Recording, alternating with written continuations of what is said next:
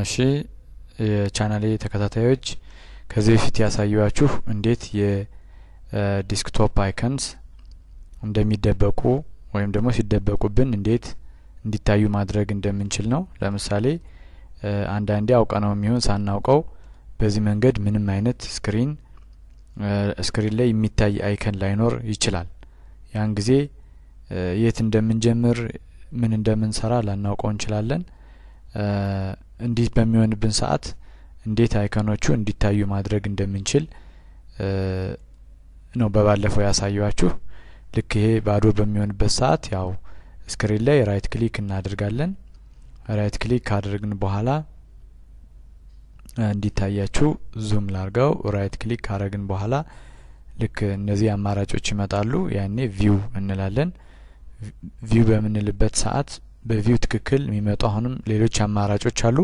ያኔ ሾው ዲስክቶፕ አይኮንስ የሚለውን ክሊክ በመናደርግበት ሰዓት ሊታዩ የሚችሉ ዲስክቶፕ አይኮኖች ላይ ይመጡልናል ማለት ነው። ስለዚህ በዚህ መንገድ አይኮናችሁ እንዲታይ ማድረግ ወይም እንዳይታይ ማድረግ ከፈለጋችሁ በዚህ መንገድ ማሳየትም እንዲታይ ማድረግም አለማድረግም ትችላላችሁ ማለት ነው። ከፈለጋችሁ እንዳይታይ ማድረግ ከፈለጋችሁ ደግሞ እንዲታይ ማድረግ ማለት ነው። ይሄን በባለፈው ፖስት ካረኩት ቪዲዮ ላይ ያሳየዋችሁ ነው። ዛሬ ደግሞ ከዛ በተጨማሪ ደግሞ ፋይላችሁ ፍላሽ ላይ ያለ ፋይል ሊሆን ይችላል ወይም ደግሞ ኤክስተርናል ሃርድ ዲስክ ላይ ወይም ደግሞ እዛው ድራይቭ ላይም ያለ ሊሆን ይችላል። ፋይላችሁ ድብቅ በሚሆንበት ሰዓት ወይም ደግሞ ፎልደሩን ፍላሹን በምትከፍቱበት ሰዓት ምንም አይነት ፋይል ላይ ያሳያችሁ ይችላል። ባዶ ሊሆን ይችላል። ይሄ እዚህ ላይ የምታዩት በቫይረስ ምክንያትም ወይም በሌላም ባዶ ሊሆን ይችላል። ያኔ ምን ማድረግ እንዳለባችሁ ነው አሁን ማሳያችሁ። ምንድነው የምታደርጉት? መጀመሪያ የፍላሻችሁ ድራይቡ ምንድነው ፊደል አለው። እያንዳንዱ ድራይቭ ፊደል አለው። ለምሳሌ ይሄ ሎካል ዲስክ ሲ፣ ይሄኛው ደግሞ ሎካል ዲስክ ኢ ነው። አሁን የናንተ ይሄ የሁለቱ የኮምፒውተሩ ፓርቲሽን ነው። ይሄኛው ደግሞ የፍላሽ ነው። በአጋጣሚ ሪሙቨብል ዲስክ ወይም ደግሞ ፍላሽ ዲስክ ማለት ነው። ለምሳሌ ይሄ 14.3 ጂቢ ነው ጠቅላላ መያዝ የሚችለው። ከዛ ውስጥ 7.94ቱ ፍሪ ነው ማለት ነው። ስለዚህ ይሄ ሪሙቨብል ዲስክ በሚል የሚያስቀምጠው እናንተ ኤክስተርናሊ የሰካችሁት ፍላሽ ዲስክ መሆኑን በዚህ ልትለዩት ትችላላችሁ ማለት ነው። በሳይዙ ልትለዩት ትችላላችሁ ማለት ነው። እንዳያደናገራችሁ ፊደሉ የትኛው እንደሆነ ይሄ ይሁን እናንተ ይሄኛው ይሁን ባይ ዲፎልት ፓርቲሽን ሲሰራ ሎካል ዲስክ ነው የሚለው። ፊደሉ የተለያየ ሊሆን ይችላል። ነገር ግን እናንተ የሰካችሁት ፍላሽ ዲስክ ወይም ኤክስተርናል ሃርድ ዲስክ ከሆነ ሪሙቨብል ሊለው ይችላል። በተለይ ፍላሽ ዲስክ ከሆነ ሪሙቨብል ዲስክ ነው የሚለው ብዙ ጊዜ። ያኔ የናንተ ዲስክ ድራይቭ ማን ነው ወይም ደግሞ ሌተሩ ድራይቭ ሌተሩ ማን ነው? አሁን እዚህ ላይ የሚያሳየው ዲ ነው የሚያሳየው። እዚህ ላይ ያለው ዲ ነው። ስለዚህ የኔ ፍላሽ ወይም ደግሞ ፍላሽ ዲስኬ ዲ ነው። በዚህ መሰረት ቀጣይ የምንሰራውን እናያለን ማለት ነው። ከዚህ ቀጥሎ የምናየው ፍላሽ ድራይቭን ወይም ዲስኩን ካየን በኋላ ኮማንድ ፕሮምፕትን ራን እናደርጋለን ወይም ደግሞ ኮማንድ ላይን የሚባል አለ። እሱን ራን እናደርጋለን ማለት ነው። እሱን ራን ለማድረግ በተለያየ መንገድ ራን ልናደርገው እንችላለን።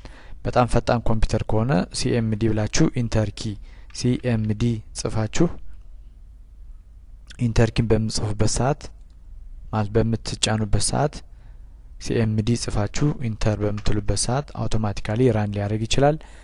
ወይም ደግሞ ይሄ በጣም ስሎው ኮምፒውተር ከሆነ እንደዚህ ያለ ተሎ ላይ መጣላችሁ ስለሚችል ሌላ አማራጭ ማየት እንችላለን። እሱ ምንድነው? ዙም ኢን ላድርገውና ስታርት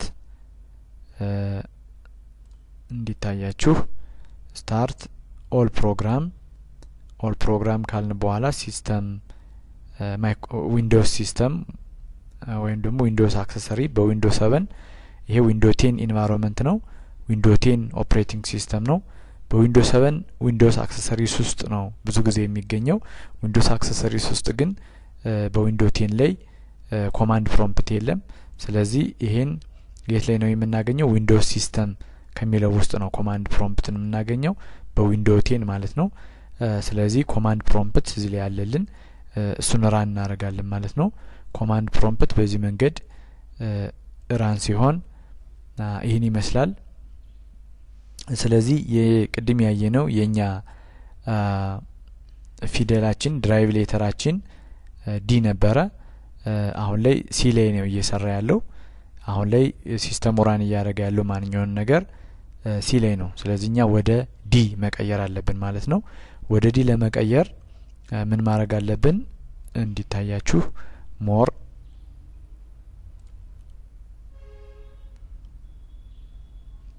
ወደ ዲ ለመቀየር ምንድነው ማድረግ ያለብንኛ እዚህ ላይ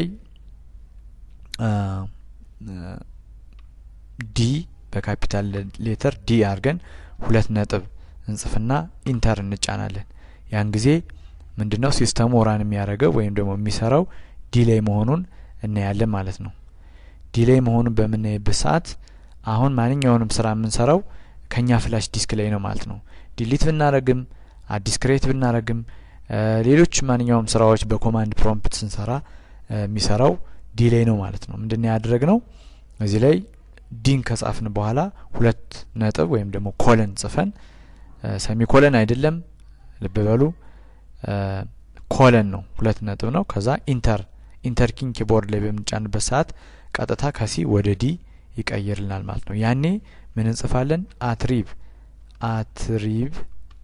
አትሪቭ ስፔስን እንጫናለን ኪቦርድ ላይ ከዛ ማይነስ ኤ ስፔስ ማይነስ ኤስ ስፔስ ማይነስ ኤች ስፔስ ማይነስ አር ስፔስ እዝባር ወይም ፎርዋርድ ስላሽ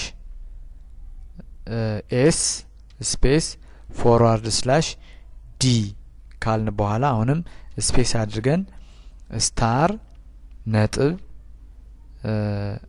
ወይም የኮከብ ምልክት ነጥብ ስታር እናረጋለን ማለት ነው ይሄ ማለት ምን ማለት ነው ዲሌይ ያለውን ማንኛውንም ፋይል ድብቅ የሆነውን ፋይል አንሃይድ አንሪዴብል ነው ሪዴብል ለማድረግ እነዚህን አትሪቢዩቶች በሙሉ በመንጽፍበት ሰዓት እና ማንኛውንም ፋይል ሳይመርጥ all ማለት ነው star ማለት all files visible እንዲያደርግልን ነው ይሄን ከጻፍን በኋላ ኢንተር ኪን እንጫናለን ማለት ነው ኢንተር ኪን በምንጫንበት ሰዓት ሲስተሙ ራን ሲያደርግ ልክ የተወሰነ ሰዓት ይቆይና ሪስፖንድ ያደርግልናል ያኔ ፋይላችን እኛ በፈለግነው መንገድ ቪዚብል ወይም ደግሞ እንዲታይ ይሆንልናል ማለት ነው በዚህ መንገድ የተደበቀብንን ፋይል ማግኘት እንችላለን ማለት ነው አሁን ይሄ አጠቃላይ የሚሰራ እንትን ስለሆነ በዚህ መንገድ የእናንተን የተደበቀባችሁን ፋይል ብትሞክሩት ይሰራል ስለዚህ ምንድነው መጀመሪያ ቫይረሱ የደበቀባችሁን ኮምፒውተር ላይ ከሆነ ዙሮ ላይ ሰራ ይችላል ነገር ግን ከሌላ ኮምፒውተር ላይ ንጹህ ከሆነ ኮምፒውተር ላይ አንቲቫይረስ ከተጫነበት ኮምፒውተር ላይ ስትሞክሩት በትክክል ይሰራል ስለዚህ ይሄን ሞክሩ ስለተከታተላችሁኝ አመሰግናለሁ